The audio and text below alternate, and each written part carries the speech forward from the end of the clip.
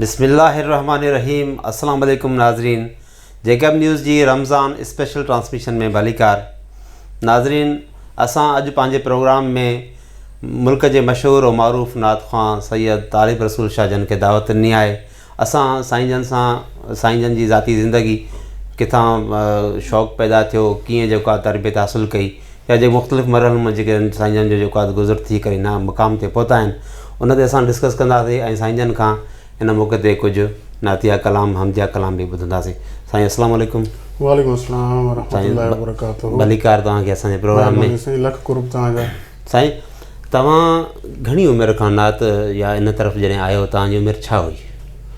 अल्हम्दुलिल्लाह, हिकु त पहिरें मुंहिंजो अल्हम्दुलिल्लाह हिकु मज़हबी घराने सां ताल्लुक़ु आहे। मुंहिंजे वालिद मोहतरम जेके आहिनि पाण आलिम दीन रहिया आहिनि, त अल्हम्दुलिल्लाह ऐं पाण नातूं बि पढ़ंदा रहंदा, त उनखां बसि वालिद साहिब खे ॾिसंदे बसि शौक़ु थियो ऐं नंढपिण खां ई अल्हम्दुलिल्लाह नातूं पढ़ंदा हुआसीं।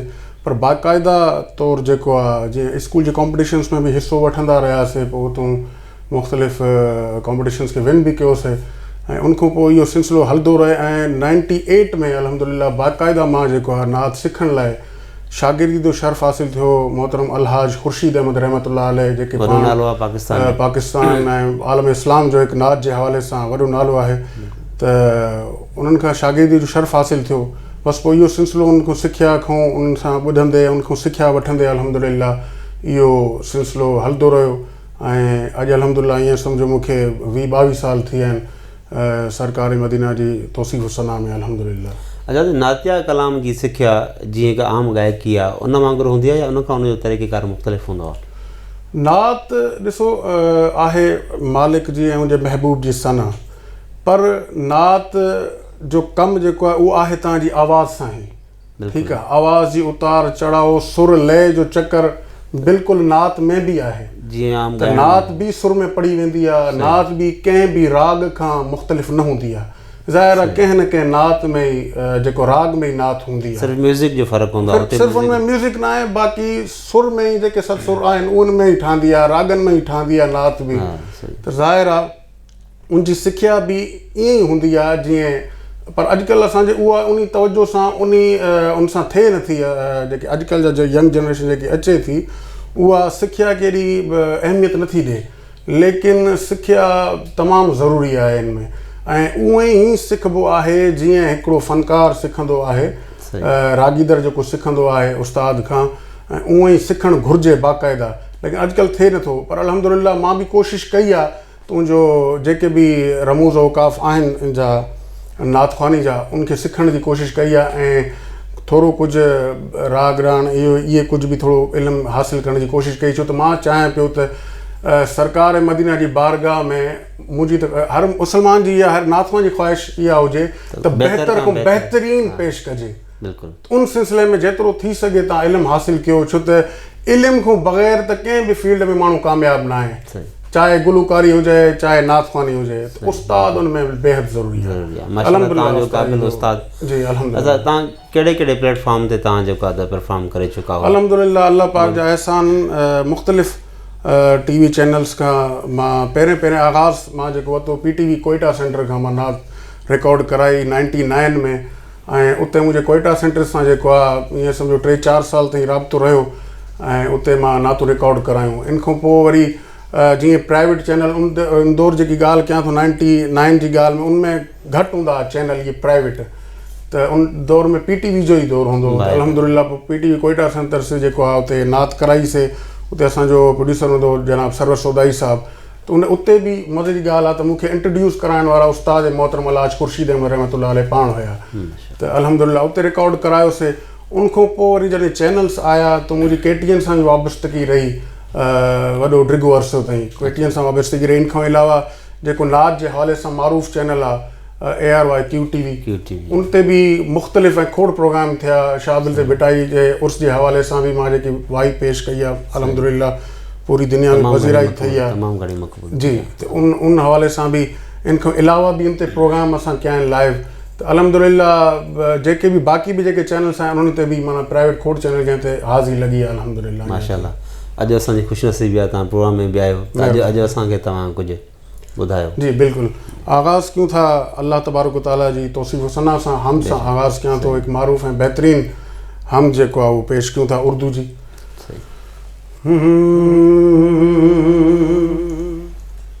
मैं हूँ बंदा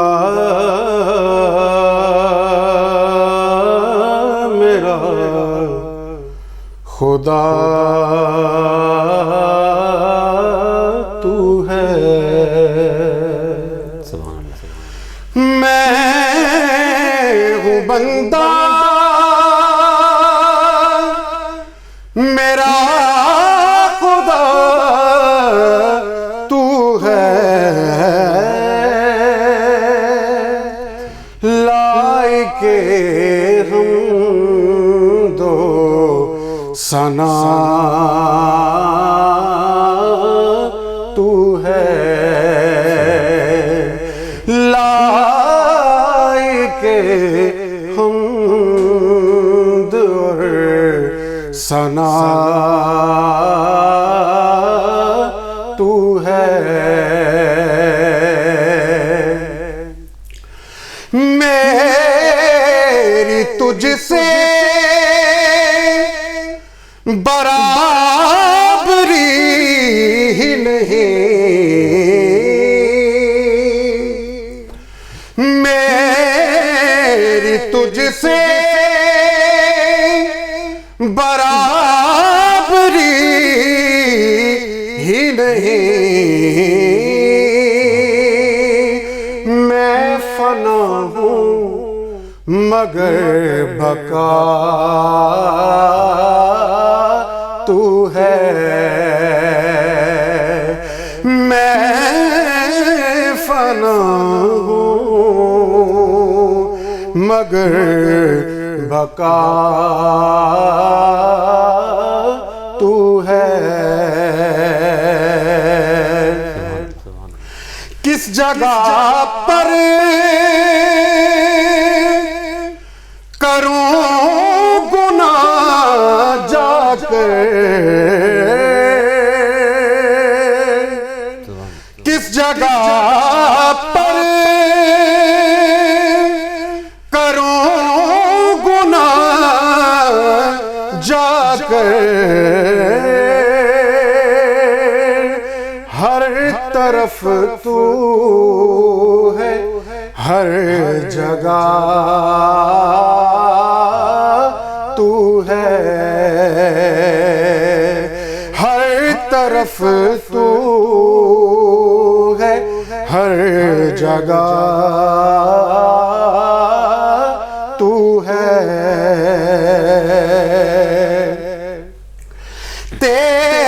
तेरे शाहकार पर फिदा है जहां। तेरे शाहकार पर फिदा है जहां। नक्शगर शक्ल मुस्तफा तू है। और डग मगाऊं में किस तरह हाकिम। डग मगाऊं मैं किस तरह हाकिम। मेरा दुनिया में आसरा तू है। मेरा दुनिया में आसरा तू है। मैं हूँ बंदा मेरा खुदा तू है। जज़ाकल्लाह, सुभान अल्लाह। ज़रा नम हो तो ये मट्टी बड़ी ज़रख़ेज़ है साकी। सुभान सो असांजी जैकबाबाद खे इहो एज़ाज़ आहे अवां जहिड़ा नाथुआ तव्हां खां अलावा तव्हांजो ब्रदर बि बहितरीनु नाथुआ आहे अल्हम्दुलिल्लाह ऐं जैकबाबाद में ॿिया बि सुठा नाव आहिनि। अल्हम्दुलिल्लाह। सो बहरहाल तव्हांजी वॾी कंट्रीब्यूशन आहे। अच्छा, तव्हां को जीअं पाण तरबियत हासिलु कई, तव्हां बि कहिड़ी का अकेडमी वग़ैरह क़ाइमु कई आहे जिते तव्हां नौजवाननि खे पाण तरबियत ॾींदा हुजो? बस शुरू ॾींहंनि में कुझु असल में अकेडमी वग़ैरह मां क़ाइमु कई हुई, उनमें सिख्या जो सिलसिलो बि रखियोसीं, पर कुझु पंहिंजी मसरूफ़ियात जी वजह खां पर उहो सिलसिलो हली न सघियो। पर इन खां अलावा जेको के अकेडमी जेको आहे इन खां अलावा बि अल्हम्दुलिल्लाह मुंहिंजा जेके बि पर्सनली मूंखां जेके आहिनि सिख्या वठंदा आहिनि अहिड़ा शागिर्द मौजूदु आहिनि। जीअं मुंहिंजे भाउ जो तव्हां तस्करो कयो सैयद ताहिर रसूल शाह, इन खां अलावा बि बहितरीनु मुंहिंजा शागिर्द मौजूदु आहिनि अल्हम्दुलिल्लाह। त इहो बि अल्लाह पाक जो ऐं मदीने वारे साईं जो वॾो अहसान आहे। त इहो जेको इल्मु आहे हुज़ूर जी नात जे पढ़ण जो ऐं अदब आहे जेको नात जो तक़द्दुस जेको आहे, जीअं तव्हां अॼुकल्ह ॾिसो पिया नात जो माहौल जेको थी चुको आहे, जेको रंग थी चुको आहे, लेकिन मुंहिंजी कोशिशि इहा ई हूंदी आहे त नात जो अदब ऐं तक़द्दुस बहाल रहे। अच्छा साईं, तव्हां पंहिंजे उस्ताद जेखां तव्हां सिखियो उनखे अलावा तव्हां कंहिंखां वधीक मुतासिर आहियो अॼु जे दिन में? अल्हम्दुलिल्लाह, पहिरें त तव्हां उस्ताद ज़ाहिर आहे मुंहिंजो उस्ताद खां त बिल्कुलु नंढे लाह खां ई मुतासिर हुयासीं। इन खां अलावा बि अल्हम्दुलिल्लाह पाकिस्तान में नामवर सना ख़ान आहिनि जंहिंखे ॿुधंदा आहियूं, ऐं छो त चवंदा आहिनि त उस्ताद बिल्कुलु अखियुनि ते उस्ताद हिकिड़ो हूंदो आहे, पर माण्हू मोहबत जेको आहे पंहिंजे सीनियर्स सां ज़रूरु रखे ऐं उनखां सिखिया सभ खां जेके पंहिंजा सीनियर्स आहिनि, छो त हीउ इल्मु वसी आहे त सभ खां सिखणु घुरिजे। त इन खां अलावा मूंखे जेको आहे जेके नात पढ़ंदा आहिनि बहितरीनु, उनमें ख़ालिद हसनैन साहिबु आहिनि माशाअल्लाह, उहे ॾाढा पसंदि आहिनि मूंखे जंहिंखे ॿुधंदो आहियां। इन खां अलावा सैयद ज़बी मसूद शाह साहिबु आहिनि, ऐं इन खां अलावा ॿिया केतिरा ई सनाफ़ आहिनि। पुराणे नातख़ाननि में ॾिसिजे त अल्हम्दुलिल्लाह कारी ज़ुबैद रसूल साहिबु आहिनि। त इहे नातख़ा आहिनि जंहिंखे अल्हम्दुलिल्लाह मां उहे नातख़ा मुंहिंजी कोशिशि में ॿुधंदो आहियां त जंहिं मां मूंखे कुझु हासिल बि थिए, सिखण लाइ कुझु हासिल थिए, त कोशिशि उहा ई हूंदी आहे त उनखे ॿुधां ऐं उन सिखण जी कोशिशि मां कयां। अल्हम्दुलिल्लाह जेके बि नात ॿुधंदो आहियां त उनखे अल्हम्दुलिल्लाह मां कोशिशि कंदो आहियां सिखण जी। अच्छा, नात त आका जी सना जो कमु आहे, इहो जेतिरो थी सघे जेतिरो घटि आहे, जेतिरो बि माण्हू करे उहो घटि आहे, बेशक। पर थोरो अॼुकल्ह जीअं ॾिठो पियो वञे त चमक दमक या प्रोफेशनलिज़म अची वई आहे। इहो तव्हां इन ट्रेंड खे कीअं था ॾिसो? इहो ट्रेंड हकारी आहे या नाकारी था सम्झो हिनखे? असल में मां जीअं तव्हांखे पहिरें अर्ज़ु कयो त अदब पहला करीना है मोहब्बत के करीनों में। बेशक। असल में जंहिंसां तव्हां दुनियावी तव्हां ॾिसो त कंहिंसां बि मोहब्बत ऐं प्यारु कयो था त उन लाइ तव्हांजे दिलि में अदब पैदा थिए थो। बिल्कुलु अदब पैदा थिए थो। त ॻाल्हि इहा आहे त हाणे जेके महबूब दुनियावी महबूब मदीने वारे साईं जे क़दमनि ते क़ुर्बान वञनि, त उहा त एॾी वॾी हस्ती आहे। उन लाइ त तव्हां जेको आहे कोशिशि कयो त जेतिरो तव्हां अदब जो ख़्यालु रखो, अदब खे मलूज़े ख़ातिर रखो, छो त अल्लाह पाक जे ऐं उनजे महबूब जी सना जॾहिं कयो था त तव्हां ॿिए खे बि मुतासिर करिणो आहे, ॿिए जे दिलि ते बि तव्हां असरु विझिणो आहे। जॾहिं तव्हां ते पाण ते उहा कैफ़ियत ऐं उहो अदब तव्हां ते न हूंदो तारी, त तव्हां ॿिए ते उहो अदब या उहा मोहबत जेको आहे उहो तव्हां नथा ॾेई सघो, नथा ट्रांसफ़र करे सघो पंहिंजी नात जे ज़रिए। अॼुकल्ह जेकी नातख़्वानी थी वई आहे त उनमें तव्हां सही फ़रमायो त हिकु त कमर्शियलिज़म थी वई आहे, बसि हाणे प्रोफेशनलिज़म बि थी वई आहे। हाणे पहिरें नात खे थी सघे थो मां ग़लति हुजे, पहिरें नात खे मोहबत जे लाइ माना पढ़ंदा हुया जेके बि पुराणा सना ख़ान हुया, त इन में को बि अहिड़े क़िस्म जो अमल दख़ल न हूंदो प्रोफेशनलिज़म जो, त इहा ख़्वाहिश न हूंदी त मूंखे पैसो थिए, मूंखे एतिरो इज़त मिले, सिर्फ़ु ऐं सिर्फ़ु आका नामदार जी तौसीफ़ सना ई मक़सदु हूंदो। पर अॼुकल्ह जी सना ख़ानी थोरो ट्रेंड चेंज थी वियो आहे। लेकिन मां पंहिंजे हद तक कोशिशि इहा ई कंदो आहियां त मां पाण जंहिं अदब ऐं जंहिं तक़द्दुस नात जेके बहाल रखियो आहे, पाण जंहिंखे फॉलो कयूं था, जेको मुंहिंजे उस्ताद जो विरसे में मिलियल आहे, उहो मां जेको पंहिंजे शागिर्दनि ताईं जेतिरो मां करे सघां थो, पंहिंजे शागिर्द त मां पुॼाए सघां थो जेतिरे थी ओतिरी कोशिशि कंदा आहियूं अल्हम्दुलिल्लाह। मीडिया जो किरदारु कीअं था ॾिसो? मीडिया प्रोमोट बि करे थी नातख़्वानी खे, नातख़्वाननि खे बि, ऐं हुन नात जे सदके उहे मशहूरु थियनि था, पर इन सां हिकिड़ो शोहरत जो हिकिड़ो नशो पैदा थिए थो। सम्झो था त माना नातख़्वानी कुझु माना ईअं बि महसूसु थिए थो त नातख़्वां सिर्फ़ु इन लाइ त जीअं असां माना हिकिड़ी पब्लिसिटी थिए असांजी, असां हिकिड़ी फिगर बणिजऊं। जी जी जी बिल्कुलु आहे। तव्हां उहो थोरो उन इश्क उन अंदाज़ खां थोरो हटी करे लॻंदो आहे। जी जी तव्हां ॾिसो न PTV जॾहिं हूंदो हो, पहिरियों हिकिड़ो चैनल हूंदो हो, तव्हां उनजी अॼु बि 50 साल पुराणी बि हिकु रिकॉर्डिंग को नाच जी खणी ॾिसो त उनमें तव्हांखे जॾहिं उहा ॿुधंदव त तव्हांखे जेको आहे दिलि ते असरु कंदी उहा नात, उनजो माहौल जेको नात जो हूंदो उहा रुहानियत तव्हांखे महसूसु थींदी। उहा सादगी, उहा नातपण जो अंदाज़, उहो तव्हांजे दिलि ते असरु कंदो। अॼु बि 40 साल पुराणी रिकॉर्डिंग तव्हां ॿुधो त तव्हांजे दिलि ते असरु कंदी। पर अॼुकल्ह जी नात ख़्वानी जेको थिए थी उहो शॉर्ट टर्म आहे, माना तव्हांजे दिलनि ते उहो असरु पैदा नथी करे ऐं उहो इश्क मोहबत पैदा नथो थिए। ऐं अॼुकल्ह जा सना ख़्वान, जॾहिं मां तव्हांखे पहिरें ॻाल्हि कई, जेसि ताईं तव्हांजे दिलि में सरकार जी मोहबत ऐं अदब न हूंदो त तव्हां ॿिए ताईं ट्रांसफर न कंदो। त ज़ाहिर आहे जॾहिं मुंहिंजी नियत इहा आहे त मुंहिंजो सिर्फ़ु नालो थिए ऐं मां पंहिंजी प्रमोशन लाइ कमु कयां ऐं मुंहिंजो नालो थिए, त पोइ त ज़ाहिर आहे उहो जेको काज़ आहे, उहो जेको मक़सदु आहे हिन नात ख़्वानी जो, उहो पोइ ते रहिजी थो वञे। कोशिशि इहा हुजे जेके मीडिया चैनल्स बि अॼुकल्ह जेके प्रमोट करनि था, अॼुकल्ह तव्हां ॿुधायूं त बिज़नेस थी वियो आहे। हाणे मीडिया चैनल्स बि अहिड़नि खे नात ख़्वाननि खे प्रमोट इन जे करे था करनि त ज़ाहिर आहे 24 कलाक हिकिड़ो चैनल हले थो, उनखे को न को मवाद खपे। ठीकु आहे, त उन हाणे मयार नात जो जेको आहे न पढ़ण जो, उहो ॾाढी माना बदकिस्मती आहे असां वटि पाकिस्तान में, उहो मयार न रहियो आहे। ऐं टैलेंट तमामु घणो आहे, टैलेंट असां वटि तमामु घणो आहे, पर प्रमोशन आहे उनजी। सही, ज़ाहिर आहे वसाइल जी कमी आहे। माना जेके बि सुरीला सना ख़्वान, जेके बहितरीनु सना ख़्वान सिखनि था, जेके अचनि था, उनखे उनजी क़दुरु न आहे ऐं उन्हनि वटि एतिरा रिसोर्सिस न आहिनि त उहे वञी करे मिसाल हितां जैकाबाद वञी करे कराची रहनि, मीडिया ते अचनि त उन्हनि खे को हौसला अफ़ज़ाई उन्हनि जी थिए। पर उहे इन जे करे पोइ त हलिया वञनि, रिसोर्सिस न आहिनि। ॿियो वरी असां वटि जेको मीडिया चैनल बि अहिड़नि नात ख़्वाननि खे मादर सां पेश थी करे, जेके माना न सुर न गुर ऐं न अदब न आदाब, त इन्हनि ते मूंखे ॾाढो ॾुखु थींदो आहे त इहो असां जेको असुलु नाच जो रंग हुयो उनखे असां छॾे विया आहियूं। उहो मक़सदु जेको हुयो नाच जो न, उहो न आहे। जेको असां नाच जे ज़रिए सरकार मदीना जी मोहबत जी तबलीग कयूं था, उहो किथे मक़सदु पोइ ते रहिजी लॻे सिर्फ़ु पाण खे था प्रमोट कनि, पाण खे प्रमोट था। अच्छा, अॼु हाणे तव्हां असांखे कुझु ॿुधाईंदा? जी ज़रूरु, मां तव्हांखे नातिया कलाम ॿुधायां थो, सिंधी जो ई, छो त उर्दू हम ॿुधाईसीं त हाणे सिंधी नात पेश कयां थो।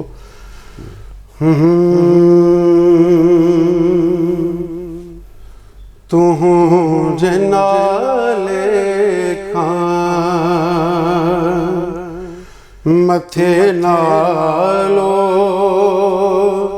मिठो को कोन्हे,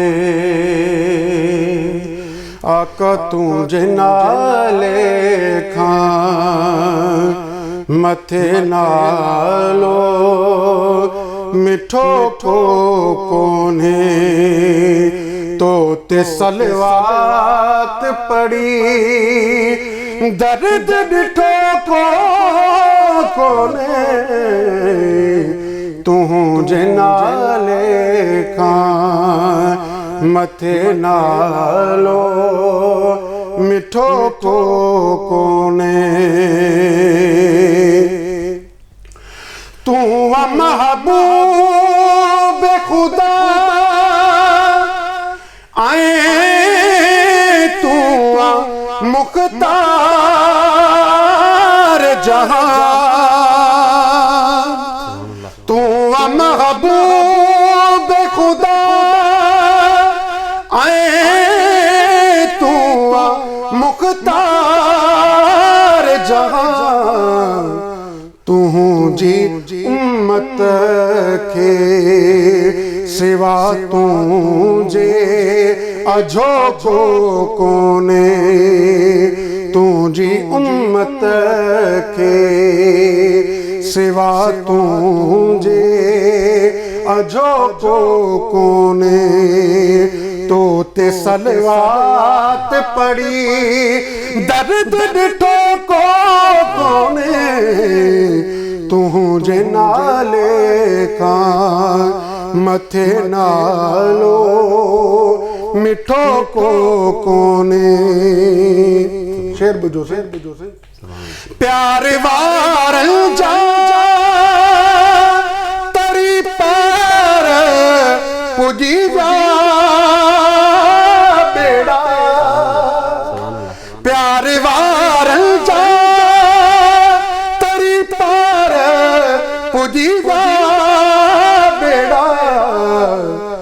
साड़वार जो बुढ़ियो आहे तरियो को कोने साड़वार जो बुढ़ियो आहे तरियो को कोने तो ते सलवात पड़ी दर्द ॾिठो को कोने तुझे नाले का मथे नालो मिठो को कोने ऐं तुझी नाले जे सदके में मिले थी मानी आका तुझी नाले जे सदके में मिले थी मानी तुझे एहसान का आजाद रहो को कोने तुझे एहसान का आजाद रहो को कोने तो ते सलवात पड़ी दर्द ॾिठो को कोने तुझे नाले का मथे नालो मिठो को कोने। जज़ाकल्ला माशाल्लाह साईं तव्हांजी वॾी महिरबानी तव्हां पंहिंजो क़ीमती वक़्तु ॾिनो असांखे महिरबानी साईं जज़ाकल्ला। नाज़रीन तव्हां अॼु असांजे प्रोग्राम में पाकिस्तान जे मशहूरु नात ख़्वां साईं तालिब रसूल साईं खे तव्हां ॿुधो हमद बि ॿुधीसीं नात बि ॿुधीसीं साणसि कचहरी बि कईसीं। असांजो प्रोग्राम अव्हांखे कीअं लॻो तव्हां फेसबुक यूट्यूब जे ज़रिए तव्हां पंहिंजे राय खां ज़रूरु आगाह कंदा। पंहिंजे मेज़बान सैयद ज़मीर आलम खे ॾींदा इजाज़त। अल्लाह हाफ़िज़।